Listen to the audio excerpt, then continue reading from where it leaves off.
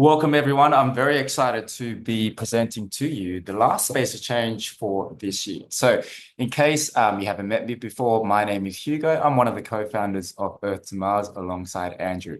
And if this is your first time joining Space of Change, our Space of Change webinars cover topics voted in by you guys for the Space of Change community. And we deep dive into the topics voted by you to share insights and knowledge. So we've been doing these since 2021. It's been a while. Wow.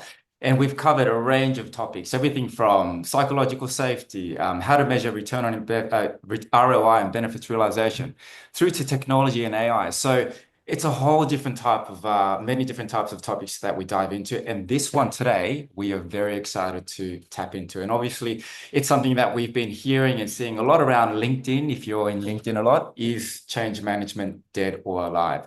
So without further ado, let's get into the session today. And before we do, we just want to have a little bit of fun with you on this topic.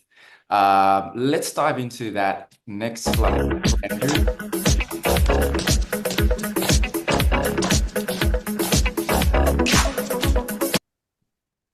Thanks for that little MJ pop-up. Awesome. Okay, so everyone, I'd like you to get your phones out. And if you can scan the QR code, or type into a browser, ahaslides.com/DEAD, dead. So that's ahaslides.com/DEAD. And I'd love for you to answer this question. So the question is this: imagine change management has been found lying dead on the floor today. What specifically do you suspect the cause of death is and why?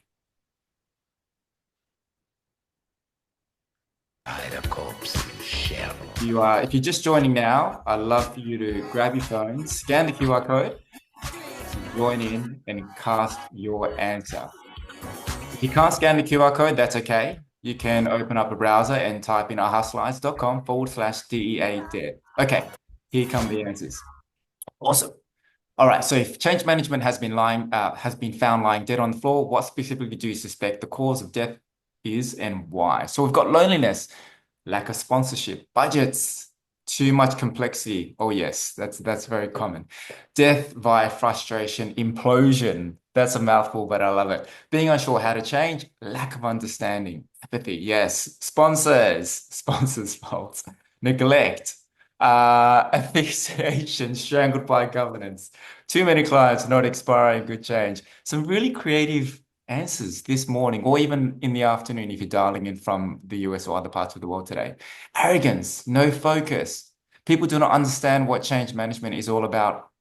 Yeah, we can go back to that as well. Awesome. So, I think there's been a flick of a screen.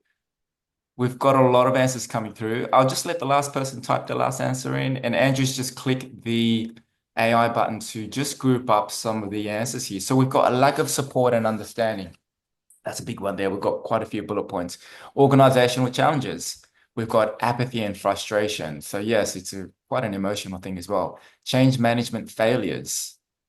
We've also... so change management does fail. Oh, interesting, community. Oh, yeah. Does it? Let's see. We've got the panel of experts today. We've got others. I think we've got financial constraints as well. So I think we've done a really good snapshot of some of the reasons why. So without further ado, Andrew, I'm going to hand it over to you and let's dive into this topic. Oh, guys, thank you so much. Geez, we still got people crawling in. I'm just going to admit all. Really good to see this community one last time this year before 2025 hits us like a mirror in the face. I thought before we start the panel, it's quite an interesting topic, and I really thank this community for voting on it. And, obviously we're not saying it is dead, we're not saying it isn't dead, but something has certainly changed. And I think it's an important moment for all of us in this community to have a bit of a magic mirror session where a lot of the time we are facing into organizations that need to change. And we're dealing with people's resistance, people's psychological safety, but also people's mental dissonance or cognitive dissonance to doing things differently, even if different is better. So I encourage you to put the mirror on yourself today and ourselves today. And I'm going to invite you to, while we're having this discussion, notice if any resistance comes up for yourself.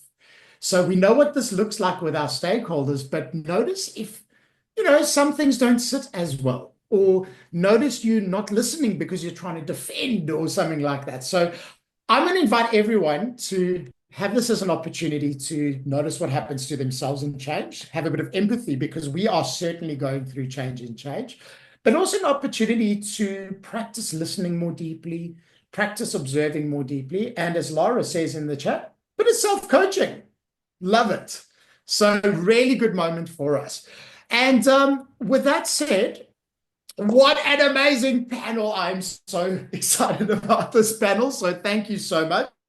We've got the incredible and amazing Andrew O'Shea from Comcator. Andrew faces into a lot of executives, so he's going to be sharing what they're saying, what they're not saying. Excited about that. We've got Christina returning. She's actually come from New York, and she's in Sydney at the moment, and she looks after Head of Transformation at JLL for the whole of America. So love your work, Christina. And we've got the magnificent Maxine Skipper from Coles. So Max has been on an incredible journey, which we've had the privilege of seeing when it comes to change at a very, very practical, pragmatic organization in fast FMCG. And so good to have the remarkable Rob Scott back with us. Rob is a behavioral technologist, but also works with Smart WFM. So it gets to see the real deal in terms of what people are buying when it comes to SaaS technology, but also the impact on our human side. In fact, I was having a chat with Rob this morning about how ChatGPT is now going to become more and more human from next year. And what does that mean for us and for beyond? So welcome, panel. Really great to have you. Hugo, can we just make sure our panel is spotlighted? And also, I'll admit the people in the audience. And I'm going to stop sharing. And let's just see. There we go. I can see Max. So let's get going. I'm going to hone in on Christina. So Christina, I just want to see if I can spotlight you. There we go. All right, Christina, good to have you on board. Now, obviously, you've got an incredible role at JLL, right? And that would mean that you're probably speaking a lot to organizations globally, I'm assuming, probably need to do a lot of change, particularly in the workplace. I think the opening question for me is, what trends are you seeing in the US versus other regions that are shaping up the demand for change management? Yeah, I think thanks for having me. Nice to see all your beautiful faces. So I think we're uniquely positioned at JLL because we are a real estate transformation consultancy. And if we think about organizations, the two biggest costs of any organizations is still labor and operating costs around real estate. And so what we're seeing when we're doing our research, but also pulling in the research of our peers, is there are kind of three huge buckets globally, not just in the US, where we're seeing a lot of trends and changes that are going to impact businesses, are going to force businesses to evolve. The first being around climate crisis and sustainability. The second being around the technological disruption, right? Or the AI revolution, whichever way you want to see it. And then the third is really about the people. It's the demographic shifts, it's the aging population, it's the workforce challenges, and how organizations have to respond to not only keep talent, but really think about what is it that talent needs so that we are actually getting the best out of people and setting them up to do their best work. Wonderful. And I know behind the scenes, you and I have also spoken about how things have shifted from a really reactive way of doing change. So get the people in and then figure it out versus probably a little bit more predictive. Can you share how this evolution might be shaping the way businesses approach and plan for change? Yeah, I'm seeing the shift away from the reactive because the role of change managers that we typically understand of change managers is evolving as well. In the past, we would almost wait to receive a bid or an RFP to be involved on a project, or there's a job posting, or there's a change that the business has already established. Now we're looking at it from an ecosystem point of view, and we're also incorporating some of those mega trends that we're seeing globally. So we're able to actually understand and use our skills that we already have to understand impact assessment, trend impact assessment, what it means for organizations, what it's going to do when it comes to impacting mergers, acquisitions, divestitures as well, and all of the changes that are impacted from that. So when we kind of meet businesses with the data and the research and the history of these trends, we're able to have more impactful conversations with organizations. It's not about the problem they're experiencing right now. It's about what is the anticipated disruption? How can we be proactive to plan for that? And then how can we actually think about it from an outcomes perspective to make transitions faster, more seamless, to help with a higher adoption rate, to actually seek your ROI on investments from a business perspective rather than an individual change plan perspective. I got you. So those C-suites that you're working with, what are they actually buying? Are they buying a line item called change management? Or you mentioned business outcomes. What does that sound like? What does that look like? And what's actually driving the shift away from a line item of change versus maybe something more broader? I feel like because of digitization and because of the internal and then the external triggers that an organization experiences, they're having to revisit their business strategies, not just every 5 or 10 years. It's every 3 to 5 years, right? So the business problems are evolving. It's not set a strategy in place and walk away.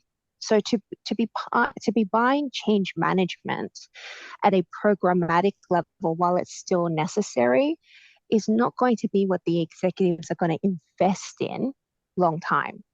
What we're seeing executives invest in long time is strong, trusted partner relationships with people like us, where we can help them to work together to identify what might be those business problems. How can we help you identify that? And then identify the ecosystem around that, right? The impacts. So our C-suite that we speak with all the time globally, they're thinking about it from a macro perspective. They're not talking about the roadmaps. They're not talking about communications plans. They're talking about cost optimization. They're talking about digitization on a broad scale. They're talking about how do I retain my talent because it's hyper competitive out there. Love that, Chris. So what I'm hearing is it's shifting away from a lot of the language we use, like roadmaps, comms plans, engagement, and shifting into more of those high-level outcomes, which I think is quite important. I want to double-click on the trust, to becoming that trusted advisor, because that's something that I think some change managers have worked on and some haven't. So what advice do you have for anyone in change that's looking to position themselves into that level of a trusted advisor? Have you got any tips for us out there trying to make it work? So I don't know, anyone that knows me knows that I am hugely passionate about the lack of trust in the world and the research that sits behind that. And building trust has to be very intentional at the team level and at the independent level and at the organizational level. I truly believe that is going to be our differentiator. In our area, our profession, within change and transformation, the best thing we can do is to build trust with our clients, to make sure that, we are the person when they're having trouble sleeping at night because God knows what's going to happen tomorrow, right, at work, or how they're going to deal with this new problem that's fallen into their lap. And so trust for me is something that I focus on. It's something that I teach on, I coach on as well, because, yes, we want to use AI for quality assurance and to help us, help us with our time with efficiency. But what that can't do for us is building those strong relationships, especially with the C-suite. Love that, Chris. So it's interesting with all this digitization, it's actually becoming about relationships, but in a different way. Awesome. So Yeah. thanks, Chris. We're gonna get back to you. I'm gonna shift the spotlight on to Mr. Rob Scott. How you doing? Good to have you back. Good, thank you, Andrew. Good to be back too. Amazing. Rob, how do we have a conversation about change without talking about AI, whether it's a friend, whether it's a foe? So look, you and I have had many discussions around how AI is streamlining things in change management. I know we did some courses when it first came out, just to get people upskilled onto what that might look like. At the same time, what we've seen is it's also creating a lot of resistance. So how do you think organizations can maybe balance the efficiency of bringing in tools like AI versus a lot of the trust and the empathy Christina mentioned in that comes with change management? Yeah, it's a great question, Andrew. And, I do think getting the balance between efficiency and empathy correct is important, because I do think ultimately that's the success of change management is going to be about that. But I'd like to sort of spend a couple of moments just talking to put some precursor to this question, because I think it's important that the elephant in the room around whether AI and automation is too close to sort of human liking or not is part of that reason for resistance. And to some extent, I think it is. As much as we may not want to sort of acknowledge it, most of the technologies that are being built, particularly large language models and the likes, are being built in a human-like manner, or to respond in a human-like manner. And that's an important concept for us to start accepting as people, because whilst often technology and AI in particular gets pushed into this box called it's a tool, I think we need to be really cautious about what that really means. I think the fast pace of change that we've seen with the technology would suggest that putting AI into a box called a tool is an incorrect box to put it into. We genuinely need to think about the fact that whilst these are not sentient tools and they are not human beings, the way that they are responding to us, the way that they're going to sort of talk back to us, are going to be in an absolute human-like manner. And if we don't learn to treat AI and automation tools with a level of human respect, it's going to come back and bite us. A little example for those of you who've got any paid accounts on ChatGPT or any of the other tools, go and write a prompt for yourself and tell it to write something or tell you something about yourself that you don't know.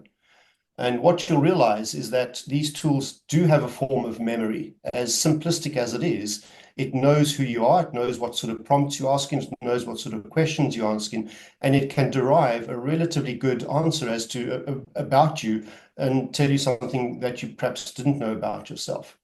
So I'm precursoring the answer, because I think it's important that we acknowledge that AI tools, whilst they're not humans, they act in a very human-like. And I think that comes back to this answer in terms of how do we balance this, this efficiency that we can get from these tools with the empathy that we need for successful change. And if a change person is not acknowledging the fact that these tools are very human-like, and really just trying to shove it in the same box as software and say it's another tool, I think as a change person, you're going to really struggle to get beyond that resistance, because that resistance is based either in fear or morality.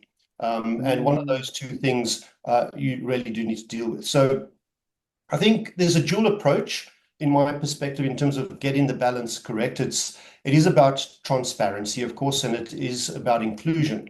And I think the inclusion part has always been easy for change people, because they've generally always been inclusive in terms of how they work through a change or a transition plan.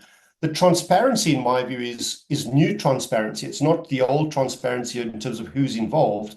It's about being transparent in terms of the extent to which these AI tools and software can actually operate and do things. and really understand that, yes, it's not about replacing individuals, but it is about augmenting what you do. But it's not augmentation purely from an automation perspective. These tools are going to interact with us in a human-like fashion. And so the change aspects that need to be sort of encompassed in any change management activity needs to acknowledge that there's this semi-human kind of tool, call it whatever you want, out there, that it's not quite a tool, it's not quite human, it's something in between, and it's going to get better all the time. Just another call out or example. So for those of you who use ChatGPT, you may have come across the sort of voice option that you can speak to it as opposed to typing to it. And the guy that created that's called Alexis Conno. He's just announced that he's now starting a new project where he's going to sort of get the voice to really sort of pick up on subtle human emotional cues like frustration or hesitation, and it's going to really respond with its own emotional inflictions. Now, again, it's not human, but if, as a human being, when you get something that's responding to you in such a human-like fashion, you can't ignore that. As a human, you will respond in a particular behavioral fashion because you are being responded to in a very much like a human response. So it's a long-winded answer, Andrew, but to some extent, the balance is going to be difficult unless we can get beyond the understanding around these AI tools are not real tools anymore. Brilliant, Rob. I love that. So if I bring it back to probably why a lot of us are here today is it has a huge impact on what we do in chat. So on the one hand, these AI agents, let's call it, can do things and respond to humans at some point, but they're collecting a lot of data about ourselves and about our stakeholders. So on the one hand, I'm kind of curious to know what's your take on this in terms of how we then plan and execute change. And on the other hand, yeah, I mean, there's a lot of talk and a lot of business cases out there that aren't talking augmentation, but replacement of human beings when it comes to AI and particularly change. What's your take on these kind of things in the context of change management?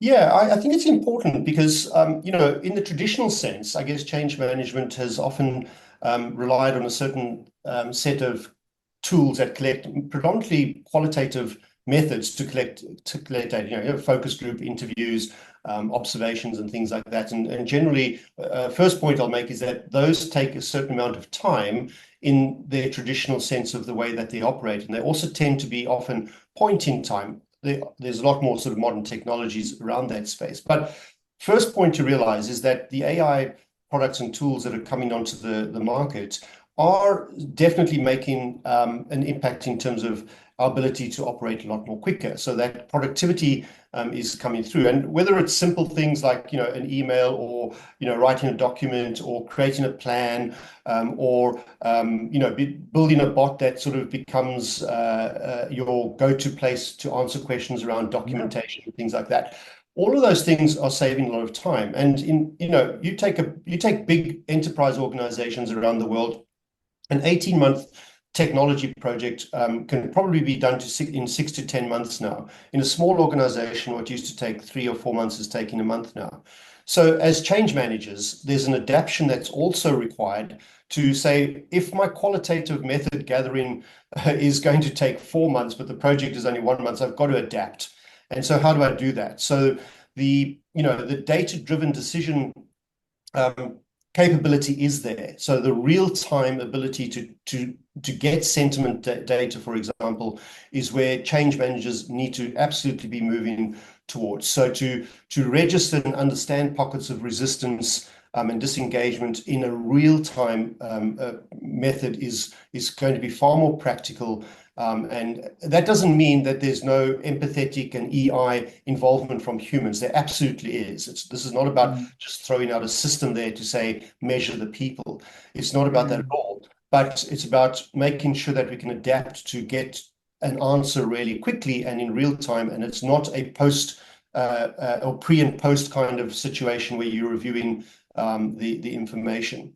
The other really important thing to point out is that many of the software tools that are being implemented by organizations these days have capabilities that allow for personalization. They also allow for different forms of measurement to take place. And as change managers, you're going to have to become really tech savvy, not to know the technology at a level of the consultant that's perhaps implementing it, but to understand whether these technologies can allow you to collect data as a change management person. And so you now have an input into the configuration and setup of these tools, because they can actually measure things that will be important from a change management perspective.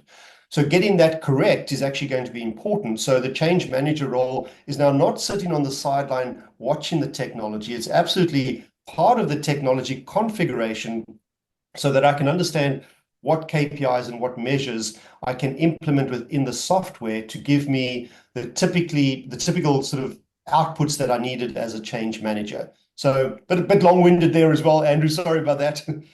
No, to apologize. I love that. I hung on to every word there. So, yeah, I get it. I think everyone here can agree that we would love to get out of the sidelines and get more into it. So, thanks for that, Rob. I'm gonna move on to Andrew O'Shea, because I think it's a nice segue. So, really great feedback from Christina. Really great feedback from Rob. I think a lot of the challenge we saw came out around sponsorship. And Andrew, something I love about you is, you've had an incredible career. You've got a lot of wisdom, and you also face into a lot of executives, and at the same time hold onto your identity in change. So I'm really happy to have you. How are you doing, by the way? Well, good question. Hello, everybody from wherever you are around the world. Yes, I'm a little bit tired this morning. The wonderful joys of having a team who have been working overnight, moving servers, and they literally finished at 7:15 this morning. So, Yeah. yes, we're a So little still bit ragged, humans, but we're huh? excited. So still humans, Yep. not AI doing all that stuff, hey, working overnight. So quite Correct, interesting. correct. But we're So, good. Andrew, you're facing into a lot of executives, and I think I want to lean into that. What is the barrier when we come up and say, oh, there's all this tech, or there's this constant change, there's the stream of stuff happening? When we put the concept of change management on the table, what is the biggest barrier from an executive's perspective that you're seeing out there? And are these sort of industry specific? Are these general? Can you shed a little bit of light around what you're seeing? Absolutely. And I think it depends on which executive you're dealing with, which board member you're dealing with. And I am going to big shout out to Tracy Petrie, who I can see on the screen, for helping But me get into Jesse, this role and other roles. And it's through, I think, one of her comms on LinkedIn that actually sparked an idea within the executive where I currently work to go, we need to approach this a little bit differently. They just done a massive tech rollout that had gone horribly wrong. So I think one of the things that you'll find from an exec level and a board level is it's when things go wrong, particularly in the tech space, that they go, what was it? Did we not do enough training and comms? Yes, I'm going to keep coming back to the training and comms piece, because for those that think they understand change, that's what it is. So that's where they put the focus. And it's when I sit down in front of these people and I have a slide that I've shared with many people, it was shared with me, and I grabbed hold of it with a lot of gusto that shows all the elements of what we do from a change point of view, particularly on a very large project.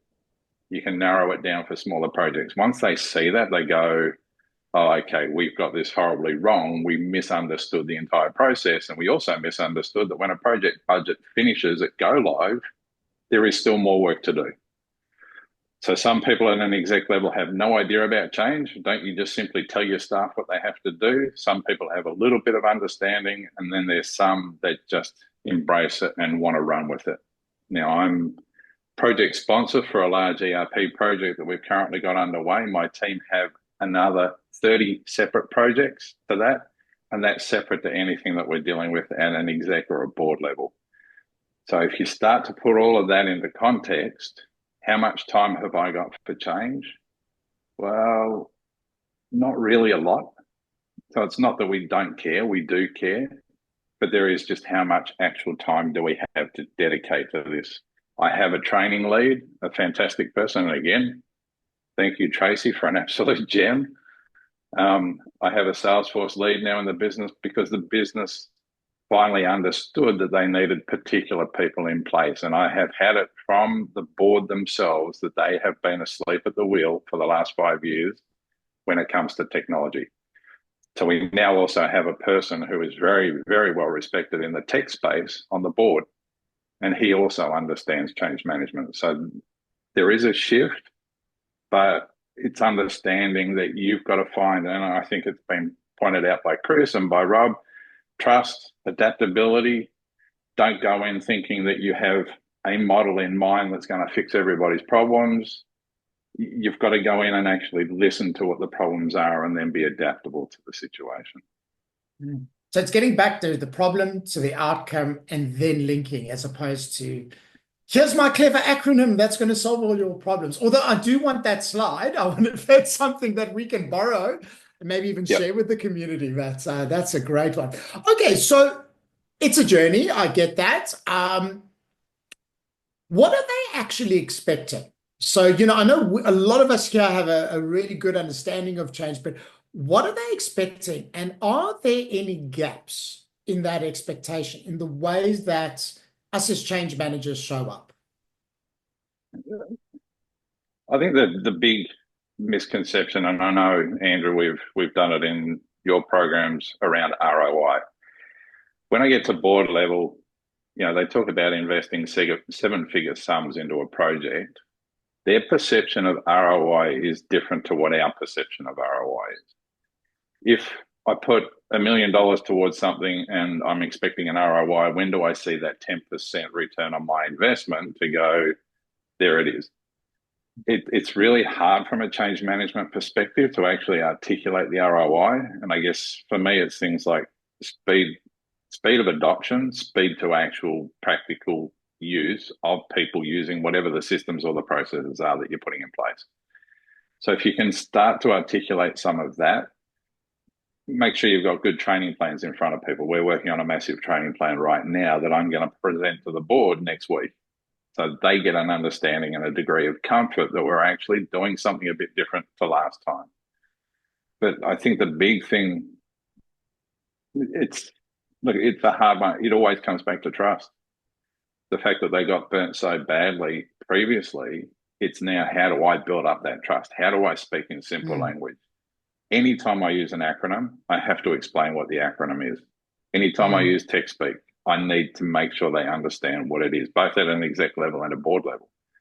But I'm also realizing that it needs to happen across the business. We've got people working in the warehouse. We've got people working in sales. We've got all these different areas that if you keep talking change lingo, tech lingo, any of this kind of stuff, is like, here we go again.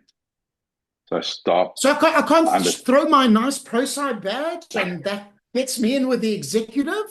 Come on. Pro side is one thing. You want to see what happens when you say human-centered design and they go, what the? Oh. Yeah. We use different words now. Max taught me that. Yeah. So yeah, there's a range of things, and I think it comes back to your ability as a change person to be adaptable. I'll go back many, many years. I got a diploma in clinical hypnosis, and the gentleman who ran the school that I studied, he said, your toolbox doesn't need to be that big, but what you do need to do is know which tools you're going to use and know when to refer to another technician who has the tools for that particular problem. The moment we can get into that space, and I've done it over the last few years where I've walked away from roles after a few months because it just wasn't the right fit for me and my tools. No animosity, no misunderstandings. It was clear, and it was a clear break. So understand where you fit in the process. Love that, Andrew. Really, really love that. Okay, so really understanding the executive and listening, we've got trust. I love it because when we train up and build capability, a lot of it is about linking the return on, I call it ROE, the return on experience, to the ROI. And there's quite a methodical way of doing it. So I love that you brought that out. So what's your advice? So if I've got an executive or a sponsor and they are they need change, but they don't really understand it or they're resistant. Do you have any approaches or strategies that have worked well for you in your experience? Oh, look, I'm going to go back to a meeting I had with the exec and the board at Comcater before I even started. And this was really bizarre. They had a board meeting and the exec go to the board meeting every 2 months. They invited me in for lunch just to meet everybody. And one of the board actually threw a question across the table at me. And his question was, what do you see as the biggest challenge for us right now? Now, that's a hell of a question for somebody who hasn't even started in the business. But what I picked up in the 3 interviews that I did and having a look at a few different things was a big implementation had gone wrong. And as a result of going wrong, people then start to adapt themselves as to how they need to use the technology. There hasn't been great training. There hasn't been great handover. So they adapt and they do things their own way. So my response was, based on what I'm hearing, I'm going to have a period of probably 12 to 18 months where I need to untrain people. They've picked up bad habits. They're doing what they need to do in order to do their job. So they've learned things, and I can guarantee there'll be 100 people across the business doing it 100 different ways. That's not productive. That's not great for the business, and it's certainly not a great customer experience. So I'm going to need to come in and untrain these people so we can then retrain them so it then becomes consistent. It's a consistent experience for your customers, and we can start to move forward. Amazing. The key things in there were value for the customer and value for the staff. The moment they got that, we were sorted. We're back to I needed value. to deliver. Yeah, But then I needed to deliver on that. And I think over the last 12 months, they've certainly seen a lot of that, both internally and externally. So what I'm hearing is if we don't rise above our tools, rise above our templates, rise above our own experience, and someone actually mentioned the A word, arrogance, and actually put the spotlight on their value, their focus. It's not saying we have to change everything, but if we're not framing it from that perspective, it becomes a lot harder. Yeah. And I think there's something to be said is, some clients I've worked with have had to learn what it's like to not have change before they go, now I see the value. And then they come back and they go, right, okay, let's have a look at it. Andrew, this is amazing. Thank you for that. We're going to come back and we're going to open up to Q&A in a moment. So thanks for all the questions in the chat. Maxine, Skipper, we are so lucky to have you. How are you going this morning? I'm awake, Andrew. I'm awake. I've been inspired so far by the previous speakers. So hopefully I can continue some inspiration for others, hopefully. I have no doubts. I have no doubts in you. And I think what's beautiful about having you on the panel is I've also been alongside with you watching some of the magic that's happened at Coles and some of the disruption that's been happening there. And obviously Coles is a brand that's been in the news. There's a lot going on internally, externally. So I want to thank you for being here because I think change is synonymous with what happens in FMCG. So one thing I love about you is when we last caught up, you really shifted the tune in terms of change. You said, well, change isn't something that happens in a moment, special for a project, and it's actually something that's normal. And I've seen you in a whole process of normalizing change as a natural part of business. So what have you found effective? What approaches have you used, and how has that worked out for you at Coles? Yeah. So effectively, we're on the journey to kind of what we call normalized change. And so we've kind of taken the approach of there's no one approach. I don't believe there is one way to do change. I think I kind of continue hearing that theme today. But what I do believe is that we need to do multiple approaches. So critically, I think the first thing that we've really recognized is that we need to meet Coles where it is at today, not where we want it to be. I think when we started introducing our Centre of Excellence, our community of practice, we were very much aware about what is the maturity, where is it now, as opposed to where do we want it to be. Because if we do that, we'll over-engineer right from the get-go. I think the other piece for me is also about communication campaigns. critically for Coles, we need to continue to share stories about our programs that have introduced change, so that it's, again, normalizing what is change, what people go through daily. Because if I think about change from our everyday lives, we just kind of go about it. But whenever we talk about a large change in a workplace, it really seems to throw people off kilter, and I guess that's also part of our journey, is just that it doesn't have to throw people off. It doesn't have to throw off our team members. It's just, how do we make it generative into everything that we do and see. I think finally, we love what we call a stealth approach. So we kind of do a thing where we pretend it's already in place when actually it isn't. And so we go, so when we introduce our Changing Coles framework, we were like, do you know about Changing Coles, this thing that's here? It wasn't there. And we just pretended it was. Because again, it's about how do you introduce things into the ecosystem and make sure that they thrive, not just survive. And so that's the biggest piece for me. So it's hard. We're still there. We're still learning. But I think we're doing the right things for where we're at today. Oh, I love that. And people are going nuts on the chat. Oh my gosh. You got some fans there, Max. Max, I love the idea around a stealth approach. Like, that's really essential. And I can understand, because there's so much going on in a business like Coles, but at the same time, there's this whole cost of living crisis that we're sensitive about. There's a lot of other ongoing strategic priorities. So I want to double click on that. What's been your approach to do this in a stealth way, acknowledging all this stuff that is pushing things, sorry to say, but down in terms of costing? How do you keep change on the agenda during times like this? Yeah, look, as you can imagine, one of the major challenges that we consistently face at Coles is balancing those large change initiatives with the reality of cost of living pressures. So we know at Coles, our team members, we call them team members, not employees, are more stressed than any other time about their own financial situations, as well as customers coming into stores every day also stressed about cost of living pressures. And the stress can really impact their own ability to embrace and adapt change. And whilst I talk about the store network and our DC network, it's also within our store support centre as well.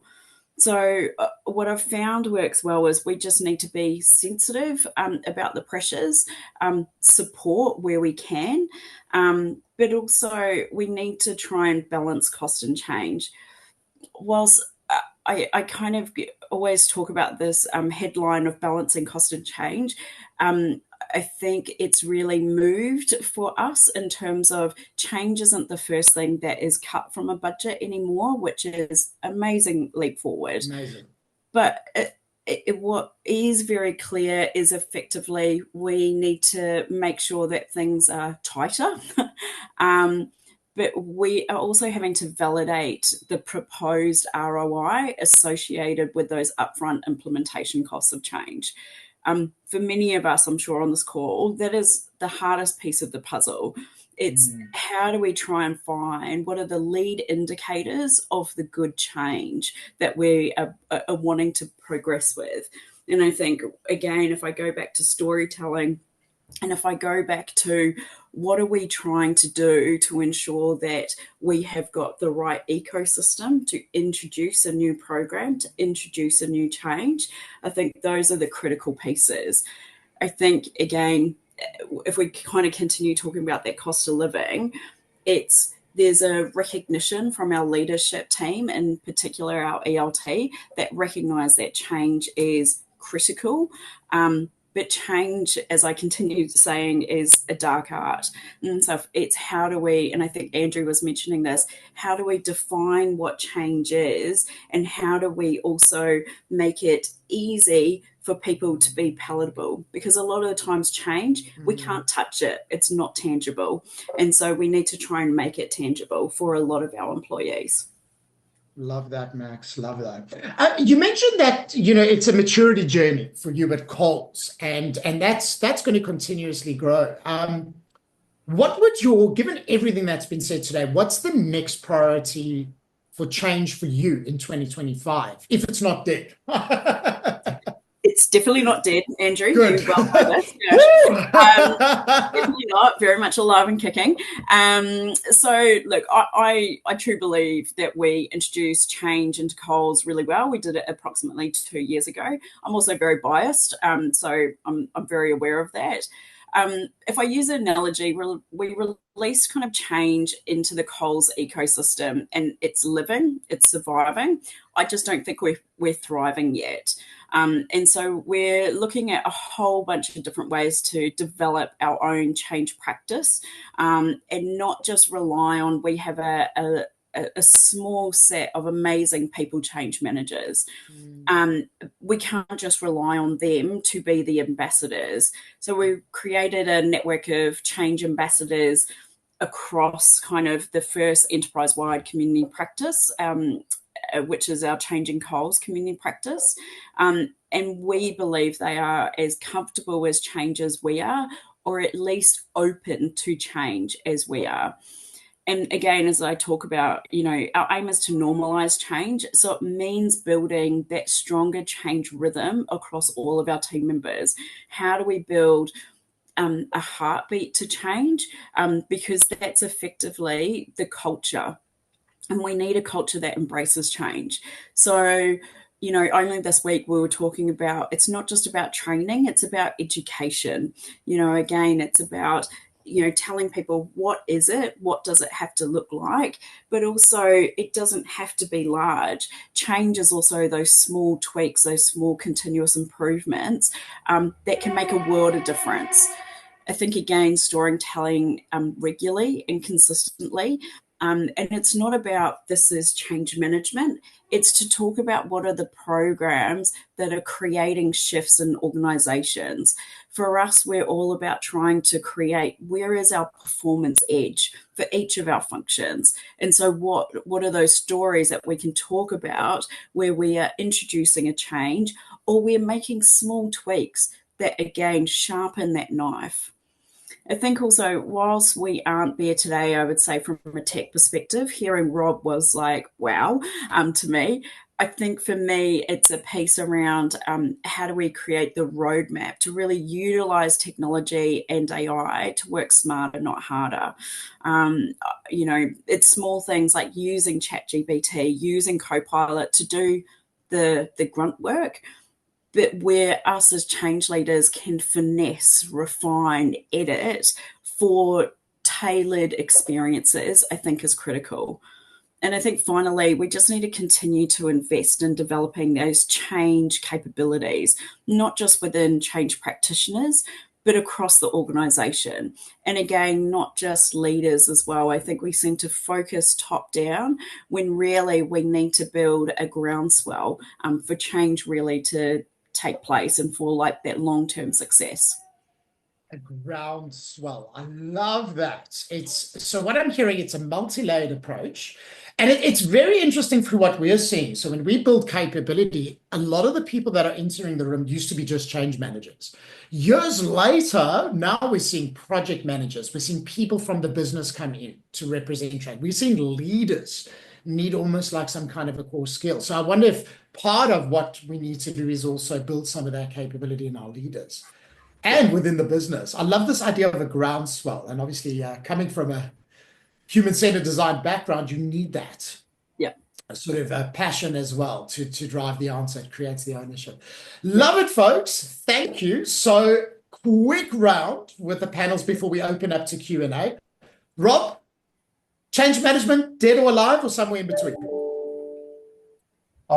I think the cream will rise to the top, Andrew. And what I mean by that is that the change managers who understand how they need to adapt in order to become better human change agents in a tech-driven world are the ones that will survive. And the ones that are not understanding that there are technologies that will take over components of change managers' jobs will be the ones that will be left wanting sometime in the future. But Love it's a human-driven world, but the change agent needs to understand that change that needs to be made.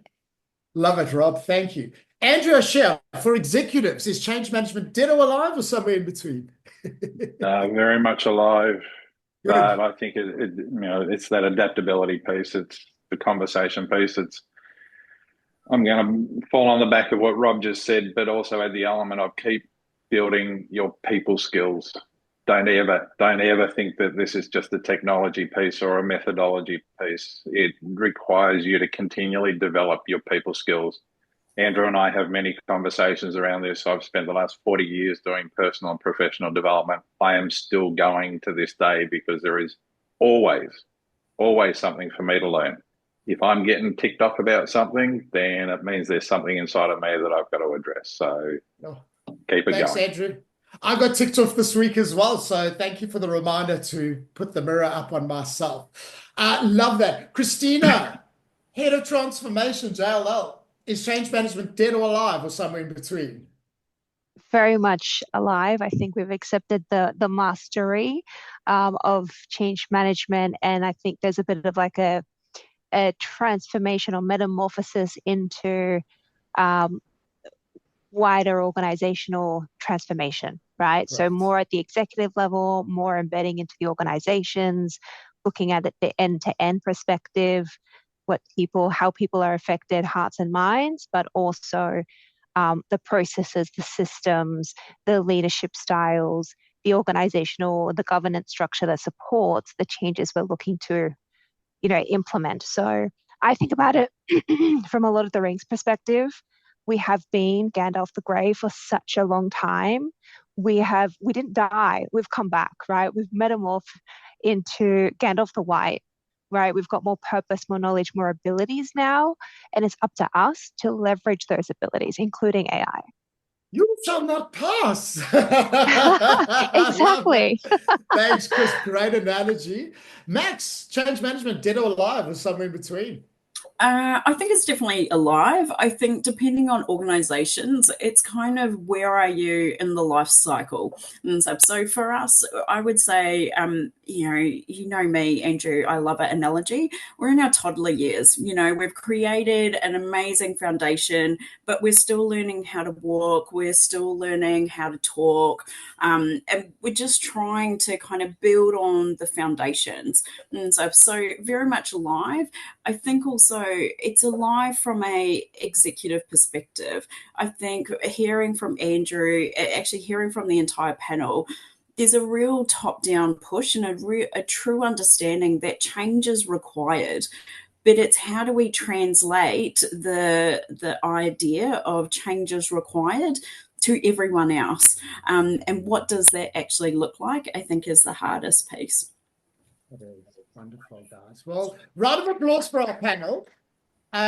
We've got a couple of minutes for some questions. So put up your hand. Hugo will spotlight you, and feel free to ask directly to one of the panelists or to the panelists in general. So Hugo, any questions? Just a moment. Sorry, I'm just trying to change my view so I can see any hands that pop up. Oh, that's okay. Anyone want to just come off mute and ask a question?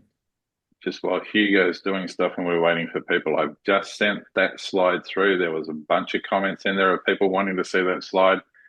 So Andrew and Hugo have now got it. So hold on tight. Thank you. Thanks, Andrew. I'm having some Zoom issues on my end, guys. Sorry. No worries. Anyone maybe, want to come off mute and ask a question to the panel?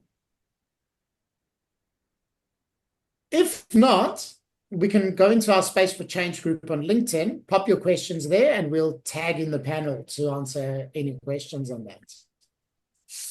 I have a question, Andrew. Yeah, go for it. Is it directed to anyone directly or the panel in general? For the panel, but maybe following on from a comment that Maxine made. I really loved how she was talking about, that change, is kind of a toddlerhood at their organization. And it made me think that, as change managers, and we talk about that it's not a linear process, and it made me think, do we really need to reevaluate this whole concept of a change maturity model? Because I really, that comment about toddlerhood really resonated. And as we're going through change, as we're going through growing up, we even know that as teenagers and adults, when we get to one phase, we often revert back to another. And so I feel like this does put the question of, is the change maturity model still relevant? Because it almost seems linear in that you progress from one to the other, and that there's no acknowledgement that people or organizations sometimes go backwards. Or not backwards, but go back to a previous or regress to a previous phase. I'm going to jump in and say, I think you've got to treat it as a family. There are toddlers, there are teenagers, there are young adults, there are grandparents. We've got everybody across the spectrum, and depending on where you land, you might be dealing with the entire family, you might be dealing with a sibling. I think you've got to treat it as such. The industry's been around for well over 20 years. If you look at it historically, it's been around for thousands of years. We've just gone through a phase of formalizing it, and we're now in the space of we're that teenager. We're a little bit awkward. We're not sure where we should fit, where we shouldn't fit. We're asking a lot of questions, but we're still growing and we're still adapting, and it's probably happening at the fastest pace that's ever been. I think come at it from the family perspective. You're going to have good days. You're going to have bad days. Some people are going to piss you off. Some people are going to give you a hug. It's just, we're in a really, really fast moving space right now. Love it. And it links really nicely to your point around capability building as well, and just staying on top of things, as Rob said. Can I build on Max, that, Andrew? Yes.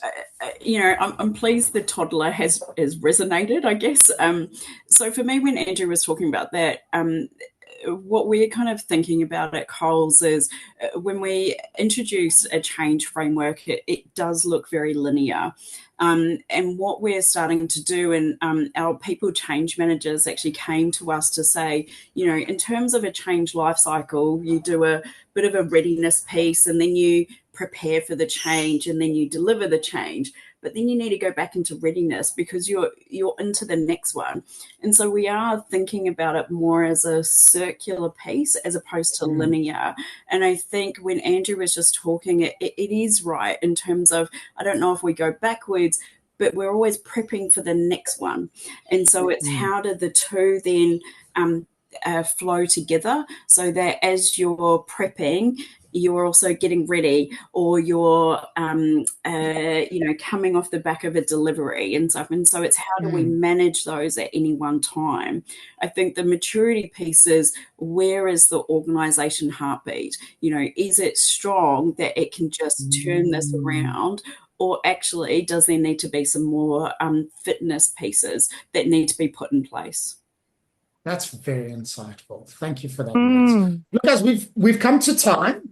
So thank you so much. Feel free to jump into our Space for Change group on LinkedIn. We'll put a little post up there with where you can put your questions. And round of applause for such an amazing panel. Hugo, would you like to take us out and conclude a really great session that I'm looking at the chat and I'm blown away? It is blowing away. It is.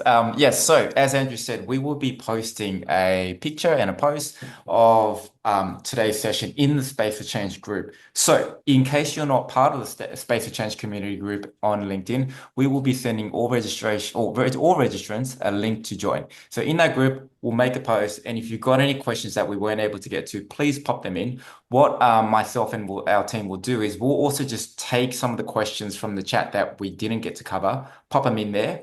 And then hopefully one of the speakers can jump in.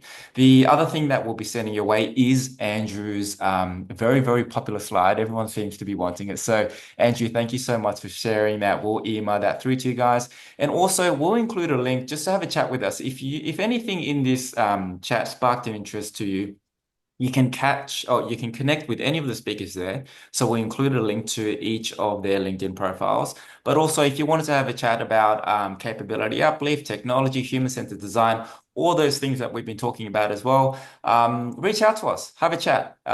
It might be something that we'll be able to help you with. So that email will be coming to you from space@earthtomars.com.au. So keep an eye out for that. And thank you, all the speakers, for joining. It's been an absolute pleasure having you on board. And thank you for all the attendees today. Whether it's early in the morning, I know some of you got up very early if you're in Brisbane, or even in Perth, I should say. And also to all our communities across the world, across the USA, across the UK, and other parts of the world as well. So thank you so much. So good to see everyone. And it's a very awesome topic to wrap up 2024. And we'll see you again in 2025. Thank you, panel. Have an interstellar week.